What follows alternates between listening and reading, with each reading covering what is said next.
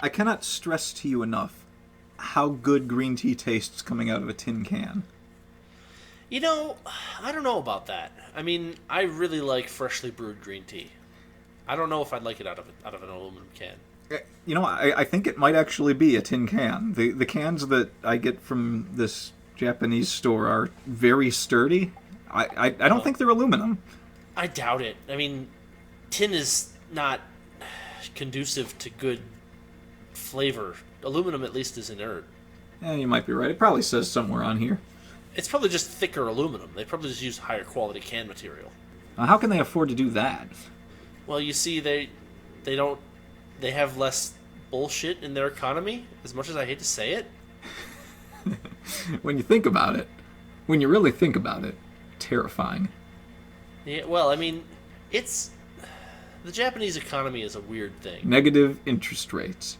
Well, they only got that recently. They've had this whole zero inflation, quote unquote recession going on for the last 15 years. They have no idea how to get out of it. But at the same time, they also have a relatively high minimum wage, and they somehow, they somehow seem to have a lot of small business going on as well. So I don't know. There's a lot of family business too, it seems like, but I don't know that much about it, honestly. Well, it's not just the. I mean, a lot of it is the cultural attitude of people having their family businesses, and I mean you know the deal with they go to high school, Yeah. and it's like, well, do you get a job out of high school or go to college? And there's really no jumping back and forth between those decisions when you live in Japan Yes. as much as here. Yes, you can't waffle. Yeah, and so for the most part, it's like you find something and you do it, or you're struggling in Japan. So there's probably a lot more incentive to hang on to family businesses. Mm-hmm. Plus the legal environment is probably way better in Japan. For businesses, Yeah. probably. I mean, it's atrocious here. I mean, it's so bad here that it's better in Sweden. yeah. But that's okay. At least here you can go on TV and say what you want about the government, so long as they approve of it. Yeah, well, I mean, you have to get government approval. I mean, otherwise the government isn't going to let you talk on the radio or television stations, which are owned by companies that are subservient to the government. You can say whatever you want, as long as we can push you off the air if we don't want you saying it.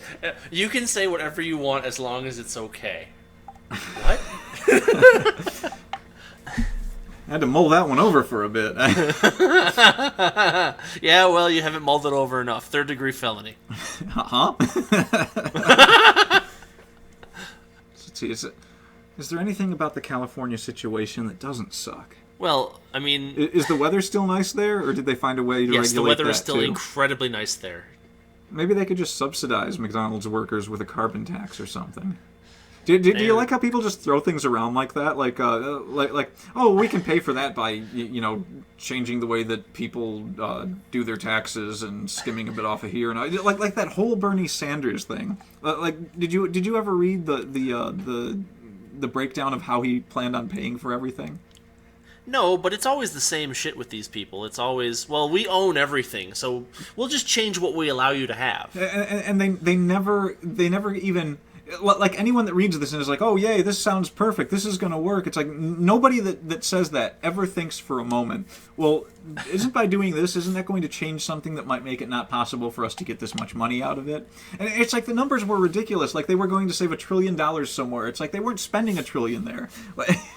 And everything was over 5-year, 10-year periods, and way past the time that he would be in office. You're saying that they had 5-year plans? Well, in this case, a lot of them were 10-year plans. Right, because yes.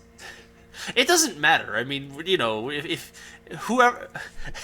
It's hilarious, because I was talking with somebody the other day, and they're like, well, I like to encourage everyone to vote, in the primary, especially in the primaries this year, because it seems like it's going to really matter. And it's like, I don't think there's anyone in any of the primaries that I could vote for.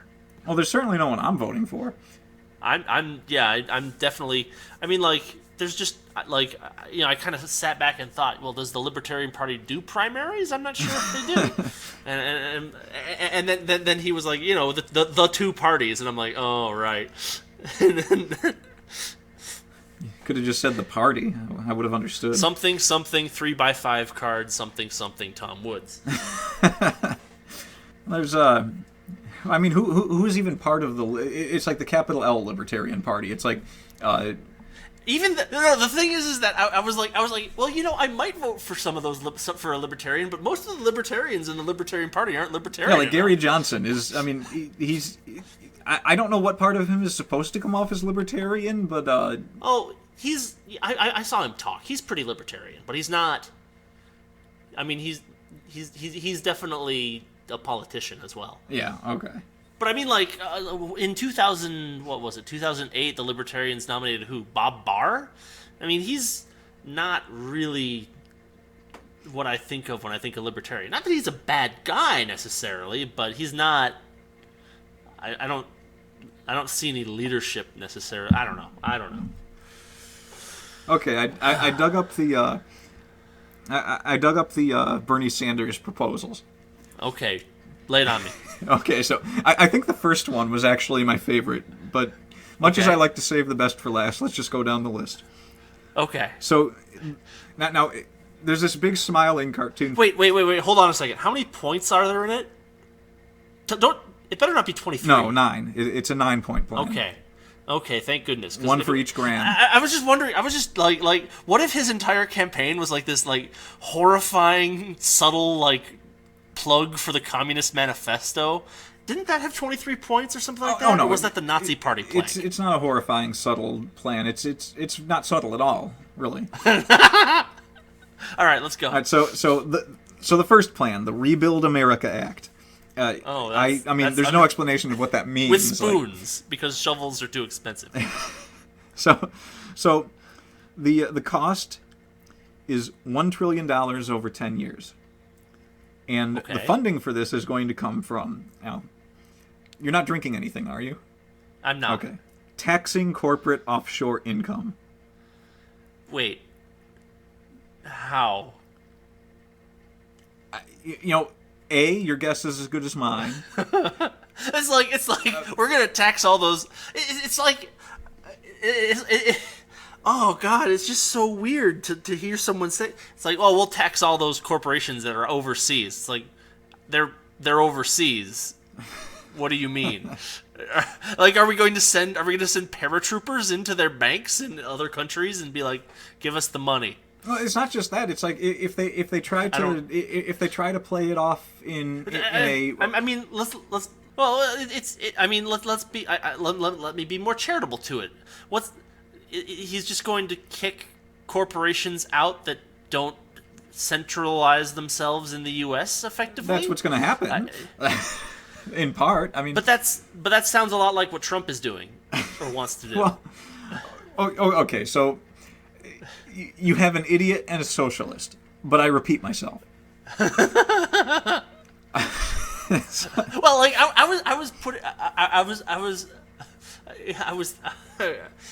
was thinking about all of the like the four major candidates of the two major parties. I'm like, well, we have a felon, a monster, an inveterate liar, and an autocratic protectionist bully. Am I supposed to match the face to the description? I was thinking about putting that up on my blog as a match thing. It's like, here is the word I used to describe this candidate. Here, and see if you can connect them together correctly. I mean, depending on how far we want to stretch out, the reasonableness of breaking laws, even the felon one would be difficult. No, it would be easy. I mean, up front it is. It's just, okay, so Hillary is the felon. I'm pretty sure Bernie is the monster. Yes, that's correct. What were the other two? Inveterate liar and protectionist authoritarian bully. Okay, so the protectionist authoritarian bully is Trump. The inveterate liar, is that Kasich or Cruz? It's Cruz. You got them all. Do I win a prize? You win. Yeah, despair. If I... You can tax me of all the despair that you like. I don't want your despair. I will pay 100% taxes in despair. The government doesn't want your despair either. Listen, I already pay 100% of my taxes with despair, so... All right, so he's... Okay, so plank one is already impossible. And it's plank one is impossible and something Trump wants to do. So okay, that's it. Plank one, get rid of it. It's okay, let's go on. Let's keep. Or if you have comments, go ahead. I'm sorry. Just the fact that companies overseas pay deferrals that make them competitive in overseas markets. So even if they do stay in America, they immediately become incapable of operating overseas.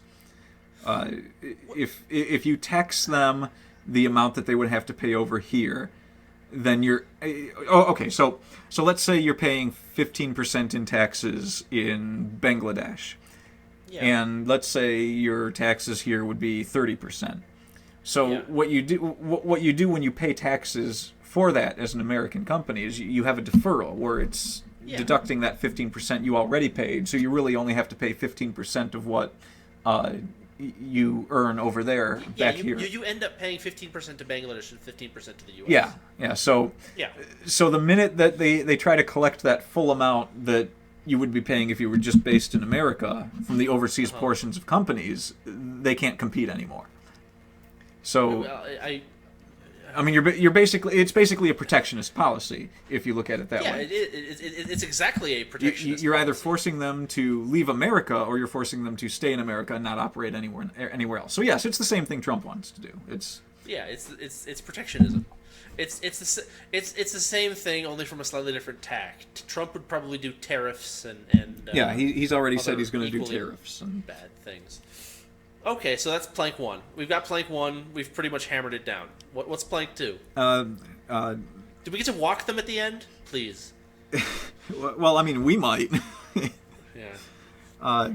College for all. Oh, Jesus, this shit? Listen to this figure. Okay. The cost. Uh-huh. $75 billion a year. What? I'm not sure I buy that. I know I didn't. So where do they have a source for that number? No, the funding they have the source for. They say that the funding. I don't care about where they say they're going to steal the money from. I want to know why it's only going to cost $75 billion a year. Because they legitimately think that if they say everyone can have free college, that more people aren't going to go. But like they're using a figure. But that's like the most obvious thing that's going to happen. They're using some figure that exists now that's based on people that are attending college, with not including people who might attend but just can't find a way to afford it don't want to take out loans. And that they're doing that somewhere. I don't know where. I didn't look into this number, but I will. $75 billion a year seems really low. Like, I mean, okay, so I mean, when they say free college for all, do they just mean tuition, or do they mean like room and board too? I don't know. My assumption would be they're talking about community college, but that's being generous because he is a socialist. I don't think they're talking about community college. I think they're probably talking about every public college. Well, I'm pretty sure those colleges spend more than $75 billion a year combined. Well, college is big business. Let's try to think about this in realistic numbers. There's about 350 million people in the U.S. right now, right? And college is we'll be generous and we'll say 5-year stint out of a 75-year thing. So we'll say that, what percentage of the people are in college at any given time is something like, it'd be a little less than 10%. It'd be, 8% of people, right? So 8% of 350 million is something like 8% of 350 million, about 28 million is about 28 million people. All right. So let's just round it up to 30. Let's just say 30, right? 30 million people paying $10,000 a year each for tuition, on average. 30 million times 10,000. So that's $3 trillion, isn't it? Yeah, give or take a couple percentage points for people. And that's not even taking into account the fact that tuitions will rise when this policy goes into place, and the number of people. Wait, you mean prices will change to meet demand? No, prices. It's not that prices are changing to meet demand. That's the exact opposite of what's happening. What's happening is that prices are changing to siphon off of a massive fountain of free money. Well, it's a Because if I can get a free education at U of M and a free education at Wayne State, I'm going to U of M.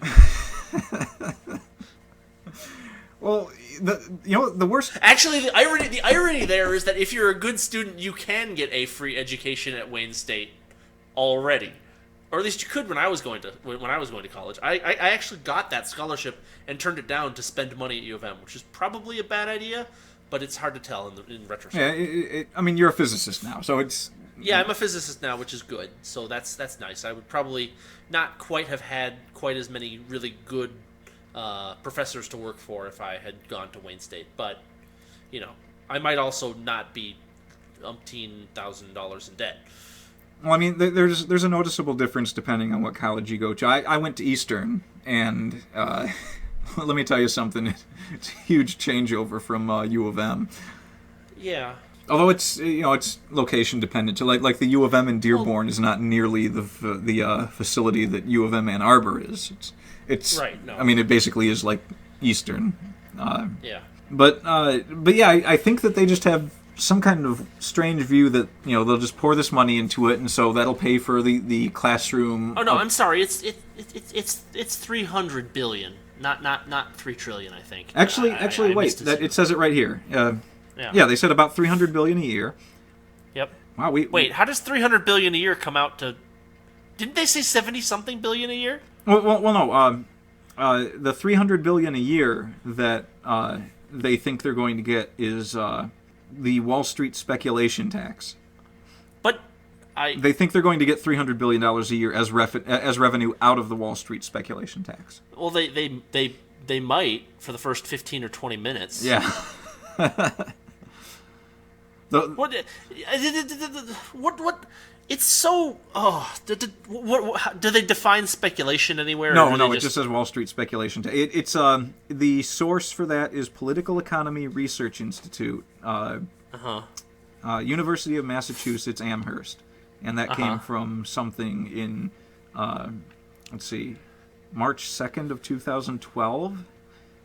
So we already did the job of the University of Massachusetts Amherst with rough numbers off the tops of our heads, and we already know why that number's wrong because. So we already know that it's going to cost that entire $300 billion. Actually, no. I love the fact that we pulled $300 billion out with no research.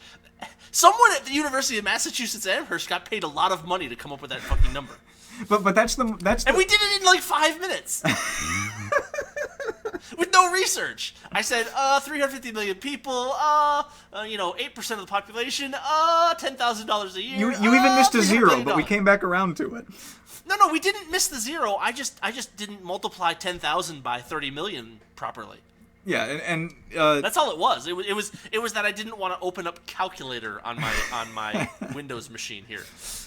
And it's we got the same number. Yeah, we got the same number. Someone did research to come up with that number.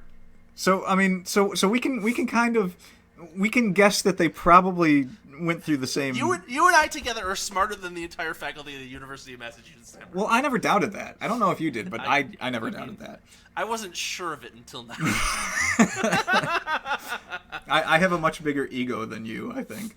I suppose that's true. Well, I mean, let's just call the second plank dead. Yeah, let's call it dead. Well, one more aside. When they say Wall Street speculation, what they mean is buying and selling of stocks. If you penalize the buying and selling of stocks in a market that is dependent upon the movement of prices to determine where capital is supposed to go, what happens to that economy? Oh, I don't know. I'm a bit stuck on this one. Does that hamper that particular market in any way? Hamper is a weak word. There should be a better one. There's this word that I like. It means destroy utterly, annihilate. I don't. No, it's one of those stupid socialist things. They don't understand that prices contain information, and so what they're it's like no, this is an exactly perfect analogy. It's like saying, well, you can do just as much work well with a 500 with a 556K modem as you can with a broadband connection. Have people said that? This is what they're saying when they're saying what we're going to do is impede the operation of the price system. Well, yeah, but and all that information is just going to fall from the sky. It's the same thing. It's the same concept. It's saying we're going to get information from nowhere. We're going to actively destroy our ability to collect information, but we're going to expect to get the same amount of information out of our efforts in the first place. Well, if not more. If not more. It's absurd. It's ridiculous. I mean, we basically destroyed stock market speculation for the non-wealthy at this point. Well, you can't speculate if you're not wealthy, because the only way that you can afford to buy stocks is to have your money forced into the stock market via, a retirement account, pretty much. Well, I mean, you can buy. I bought stocks. Yeah, you can, but you can't buy them in large enough numbers. And you can't reap a huge. If you're constantly buying and selling, you either need to be really good at it, which you can do, or you get drowned in commissions.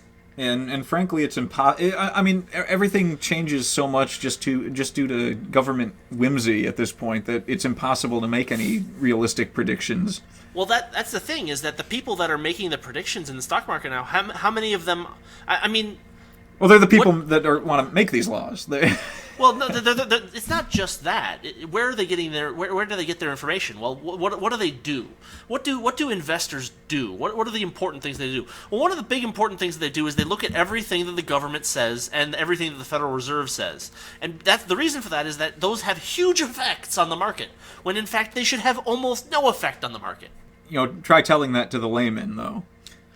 Because so the layman logic in it is that I mean, it's like how they raised the was it the short selling or the yeah, well, they raised that income tax to they raised that to the regular, no, the capital gains tax. Yeah, the capital gains tax. That's it. And so it now costs more to be able to make money in the stock market, and everyone was singing the praises of people like Warren Buffett, who were saying, "Yeah, you should totally do this. I have so much money. It's okay if you tax me more." And it's okay if you tax what I gain from here on out more. Yeah, but he's already made his money, so he doesn't right, exactly. He doesn't care, because they're not going to tax the billions he's earned before this. They're going to tax what he gets after that. Yeah, I mean, he's so old. But He's not in make more. He's not in expand my wealth mode. He's in, what do I do with my wealth before I die mode. He's in the douse anyone else with gasoline mode. He's sitting pretty. Well, there's that too. Yeah, I mean, what he's doing is he's saying, I'm a really good investor. I need to stop other people from becoming good investors through trial and error. So I'm going to make it harder for people to get into investing. That way, I can make more money as an investor. There's that too. But of course, all the people that have a problem with rich people, those same people then turn around and sing the praises of Warren Buffett for saying something so. It's called confirmation bias. Yeah. Yes. Yeah, he's a real hero. Plank 3. Plank 3. What do we got for Plank 3? Something that will not work. Yes, I know that, but what is it? Oh, sorry, I got lost in the insanity. Yeah, well, that's probably fairly easy. All right, Social Security Expansion Act. Wait, what? I'm not sure what that means. What is expand what? Well, expand the output or the input or both?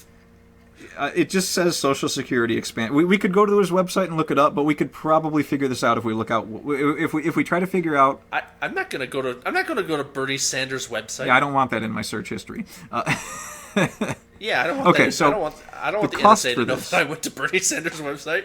No, what this means is that he's going to. But Social Security is the world's largest Ponzi scheme. It's like a couple of years from collapse at its current position.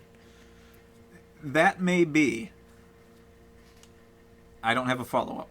All right, so the cost is going to be $1.2 trillion over 10 years, which it's wow. That's actually $120 billion a year. Why does anyone think this is reasonable? So I'm a bit confused here. So he he said, well, so the funding for it says that they're going to remove the payroll tax cap for earnings above $250,000. Which is going to do nothing. Yeah. I mean, it's like raising the tax on inheritance. The inheritance tax loses money. Does it? I didn't know that. At least it did. I mean, I read about this a while back. There's so few people that are actually giving large inheritances that it costs more to administrate the tax than it actually does earn. Yeah. So the source for that is the Office of the Chief Actuary of the Social Security Administration, and that was back in March of 2015. Okay. And the revenue that they think they will get from that is the exact same number as the cost that they're going to sink, which is $1.2 trillion over 10 years. I'm always a bit suspicious when they get the exact number out of a... well, what they likely did is they likely said, we need $1.2 trillion in 10 years. How much do we need to raise the tax rate of X in order to get that by your projections? But it actually sounds like that's not what they did in this case, because they said that they're just going to eliminate a cap on a payroll tax, which there's no reason why those numbers would match up. Yeah, well, I mean, unless the assumption is that they're just going to adjust the tax constantly. I don't know. I mean, that's not part of the proposal, is what you're saying. You're saying that the proposal is to remove the cap, and that solves the problem. But yeah, I guess speculating on what they'll actually do is pointless, because they're going to do what they want in one way or another. Over 10 years. Over 10 years. You know what bugs me about these kind of plank things is that Bernie Sanders is Bernie Sanders running for Senate? No, is he running for the House of Representatives? You're going to find this difficult to believe. He's running for an executive office where he doesn't actually have the power to do any of this. So he doesn't actually have the power to do any of these things other than through the bully pulpit. Yeah, pretty much. So look, I'm just gonna back up for a second here and just say, if you read the planks, how many of them have anything to do with actual executive policy? Let's see. If I just went down the list, yeah, just real quick, just kind of give me a ballpark figure. Is it 1 or 2 or 0? It is. Like, are any of the planks what kind of laws he'll veto? The closest we have is the End Polluter Welfare Act, and I don't know if he can actually do that. So 0. We're at 0. That's. There's nothing that he is proposing that. By the way, people are voting for him because of these proposals. There's nothing he's proposing that he actually has the authority to do. Oh God, it's wonderful. It's so beautiful. It's the American system in action. We have to assume. It's not. No. This is a whole new level. Like, it used to be that politicians would make promises that they don't keep. Now they make promises that they can't possibly keep. I mean, it's like cutting the middleman out. We have to assume that we don't just have to find over 500 people that could do this, but we have to assume that we have to find over 500 politicians with vested self-interests that would be able to sit in a bar and hang out with Bernie Sanders and not want to kill themselves. In order for him to do this, that's what we need. No, but he doesn't have the power to elect those people either. Like, it's not like he can. I know. That's the point. I mean, the only way that these planks make sense is if there's a hidden 10th plank that's like, I'm going to shoot in the back of the head anyone who doesn't agree with my planks. Yeah, you couldn't possibly. Well, my point is that for all the people that love him, you're not going to find anyone that actually has a career where you need at least some inkling as to how the economy or how politics works. You're not going to find people in that sphere that are going to want to even talk to this guy. Well, no, I don't know about that. There's a lot of politicians that I'm sure enjoy talking. Well, once with he's Bernie president, Sanders. they'll want to talk to him. They'll want to have his ear, but they won't want to talk to him. Well, no, but no. I mean, I think that you are underestimating the socialist strain in American politicians these days. Well, that's kind of unfair. I never like to underestimate them. I just assume that I assume that they are trying to eat me all the time. Yes, they are. They are trying to eat you, and that's what socialism is, trying to eat you. So you can see that they have a lot in common with the guy who says, "Let's eat everybody."